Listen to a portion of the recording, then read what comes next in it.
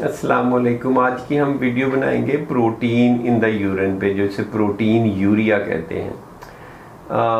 Protein urea पे मैंने एक और भी वीडियो बनाई है, जिसमें मैंने एक तो बनाई है कि फ्रॉथी या बबली यूरिन के पेशाब में अगर झाग आ रही हो तो क्या करना है। दूसरी है शायद 10 या 12 things to do to decrease the protein urea, कि आप ऐसी क्या चीज़ें कर सकते हैं कि पेशाब में प्रोटीन कम करें। अभी उस पर तो बात नहीं करेंगे, उसको कम करने के लिए क्या करना है वो तो वो वीडियो देखें। एक्चुअली प्रोटीन यूरिया के बारे में भी काफ़ी कन्फ्यूजन है, तो मुझे था कि वो थोड़ा सा क्लियर करूं कि एक्चुअली ये प्रोटीन यूरिन में होती क्या है। तो नॉर्मली मैंने आपको पहले भी शायद बताया था कि आपके गुर्दे के अंदर तकरीबन 10 लाख एक गुर्दे में और 10 लाख दूसरे गुर्दे में नेफ्रॉन्स हैं या ग्लोमेरुलाई हैं, जिनका काम ये है कि सारी वेस्ट प्रोडक्ट्स को फिल्टर करना। तो छोटी छोटी खून की वेसल्स के अंदर, उनके अंदर से ब्लड गुजरता है और वो अच्छी अच्छी चीज़ें जिस्म में एब्जॉर्ब कर लेते हैं और सारी बुरी चीज़ें, यूरिया, क्रियाटिनिन, कुछ पोटेशियम, इस तरह की चीज़ें पेशाब में चली जाती। तो प्रोटीन या एल्ब्यूमिन जो हम खाते हैं, कुछ उससे बनती है, कुछ जिगर बनाता है, वो आपके ब्लड में उसका ख़ास लेवल होता है, तकरीबन 8 ग्राम्स पर डेसीलीटर तक, या एल्ब्यूमिन 4 ग्राम पर डेसीलीटर तक, वो उसका ख़ास लेवल होता है। तो अगर किसी तरह से ये वेस्ट होनी शुरू हो जाए तो ब्लड में भी लेवल उसका कम रह जाता है। लेकिन वो वेस्ट होती नहीं है, क्योंकि वो जो ग्लोमेरुलस है उसकी जो इस तरह से कैपिलरी है जिसके अंदर से वो गुजर के जानी है, उसके अंदर के पोर सुराख बड़े छोटे होते हैं, उसके अंदर से प्रोटीन गुजरती नहीं है, वापस खून में आ जाती है। और उसके ऊपर चार्ज भी डिफरेंट होता है, प्रोटीन में नेगेटिव है, उसमें पॉजिटिव वाले एक दूसरे को रिपेल करते हैं, तो प्रोटीन जिस्म में आ जाती है। अगर किसी वजह से उसको ग्लोमेरुलाई को, गुर्दे का जो नेफ्रॉन का एक हिस्सा है, को डैमेज हो जाए किसी बीमारी की वजह से, जैसे मेम्ब्रेनस नेफ्रोपैथी या शुगर की वजह से, तो फिर प्रोटीन गुजरनी शुरू हो जाती है और वो पेशाब में आनी शुरू हो जाती है। नॉर्मली भी हम सबके पेशाब में प्रोटीन आती है। अगर मैं अपना पेशाब का 24 घंटे का टेस्ट करूं तो मेरे पेशाब में 150 मिलीग्राम पर 24 आवर या पर डे, एक दिन में प्रोटीन नॉर्मल है। एल्ब्यूमिन की बात करें, जो कि प्रोटीन की एक ख़ास टाइप है, वो भी तकरीबन 30 मिलीग्राम तक पेशाब में नॉर्मली आती है। तो नॉर्मली भी प्रोटीन यूरिन में होती है, एल्ब्यूमिन यूरिन में होती है, लेकिन वो नॉर्मल क्वांटिटी में होती है, वो हर एक में आती है। और वो ऊपर गुर्दे के डैमेज होने से भी नहीं आ रही होती, वो नीचे से आ रही होती है, वो ट्यूब्यूल के अंदर से, उसे ट्यूबुलर प्रोटीन यूरिया कहते हैं। वो ग्लोमेरुलाई के अंदर से आ ही नहीं रही होती। तो थोड़ी सी प्रोटीन वहाँ से लीक होके सिक्रीट होके आती है।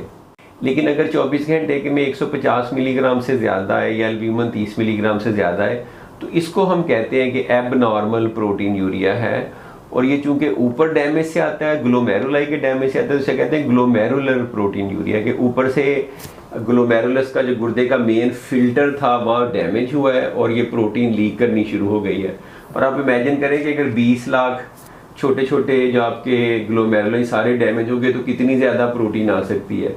तो वो जब प्रोटीन पेशाब में आती है ज़्यादा क्वांटिटी में, तो कुछ लोगों को झाग महसूस हो सकती है या फोमी या बबली यूरिन हो सकता है, उन्हें थोड़ी थकावट भी महसूस हो सकती है। जिस्म में प्रोटीन कम रहने से उनके सोज या एडीमा भी बढ़ जाता है, जिस्म में कोलेस्ट्रॉल का लेवल भी ऊपर चला जाता है और गुर्दे भी डैमेज होना शुरू हो जाते हैं। तो ये तो सारी बड़ी बड़ी उसकी अलामत हैं जिनसे वो मैनिफेस्ट कर सकती है। अगर प्रोटीन पेशाब में आ रही तो उसमें झाग आ भी सकती है, झाग आपको नहीं भी महसूस हो सकती। इसी तरह से अगर आपके पेशाब में झाग आ रही है तो अगर हम यूरिन का टेस्ट करें और उसमें प्रोटीन ज़्यादा ना निकले तो फिर कोई फिक्र की बात नहीं। काफ़ी लोग कहते हैं जी मेरे झाग आ रही है, मैं उन्हें कहता हूँ कि टेस्ट में प्रोटीन नहीं आ रही तो कोई फिक्र की बात नहीं। शायद वो झाग टेम्परेरी हो, किसी और वजह से हो, शुगर की वजह से हो, तो फिर उसकी उतनी उस तरह से अहमियत नहीं रह जाती। अब एक मैंने वीडियो बनाई थी एलिवेटेड क्रिएटिनिन है, तो स्टेप वाइज क्या करना चाहिए। सपोज करो आपने किसी वजह से टेस्ट कराया है, स्क्रीनिंग टेस्ट है, वैसे ही करा लिया, या पेशाब में आपको कुछ महसूस हो रहा था, आपने कराया, उसमें प्रोटीन ज़्यादा निकल आई है, 150 मिलीग्राम से ज़्यादा निकल आई, तो आपको क्या करना चाहिए। हाँ, इसमें कोई दो राय नहीं है, अपने नेफ्रोलॉजिस्ट से काउंसल करेंगे, अपने किडनी स्पेशलिस्ट से काउंसल करेंगे। हाँ, उसके पास जाने से पहले आप 2-3 टेस्ट करवा सकते हैं। एक रीनल फंक्शन टेस्ट RFTs करवा लें, सीरम इलेक्ट्रोलाइट्स भी साथ करवा लें। एक आप टेस्ट कराएंगे spot urine for protein creatinine ratio, और तीसरा आप अल्ट्रासाउंड गुर्दे का कराएंगे। ये 3 टेस्ट आप करवा लें और एक यूरिन कंप्लीट का टेस्ट, जो यूरिन कंप्लीट एनालिसिस होता है। यूरिन कंप्लीट के टेस्ट में आपको पता चलता है 1+2+ रफ आइडिया होता है, लेकिन जो प्रोटीन क्रिएटिनिन रेशो वाला टेस्ट है ना, ये आपको एग्जैक्ट बताता है कि 24 घंटे में कितनी आ रही। अब हम वो जो 24 घंटे में पेशाब इकट्ठा करके लेबॉर्ट्री में लेके जाना, वो टेस्ट मैं तो नहीं करता, गोल्ड स्टैंडर्ड वही है, बिल्कुल एक्यूरेट रिजल्ट वही देता है। लेकिन जो प्रोटीन क्रिएटिनिन रेशो वाला टेस्ट है वो भी करीब करीब आपको बता देता है, उससे ज़्यादा बिल्कुल एग्जैक्ट जानने की ज़रूरत भी नहीं होती। तो उसमें आपको पता चलेगा आपको 150 मिलीग्राम नहीं तो 200 मिलीग्राम आ रही है, 300 आ रही है, 500 आ रही है, 1000 आ रही है, 10 ग्राम आ रही है, लोगों को 40-40 ग्राम भी प्रोटीन आती है। तो अब आप ये बेसिक 3-4 टेस्ट करा के नेफ्रोलॉजिस्ट के पास चले जाएं और उससे कुछ क्वेश्चन पूछें। क्वेश्चन नंबर 1 कि मेरे पेशाब में ये जो प्रोटीन आ रही है ये नॉर्मल है क्या, एबनॉर्मल है।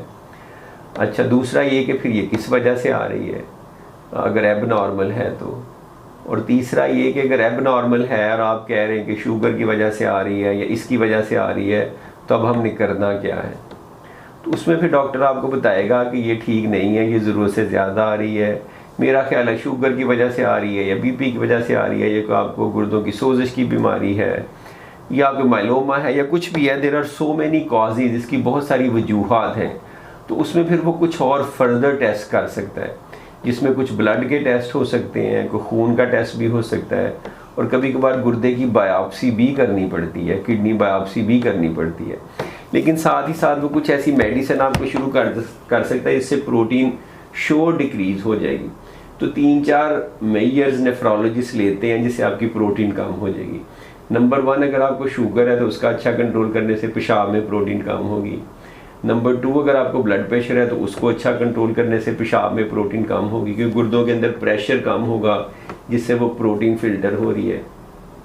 तीसरा, ब्लड प्रेशर की कुछ स्पेसिफिकली कुछ दवाइयाँ भी ऐसी हैं जो प्रोटीन कम करती हैं पेशाब में। इसी तरह शुगर की कुछ नई दवाइयाँ ऐसी हैं जो पेशाब में प्रोटीन को कम करती हैं।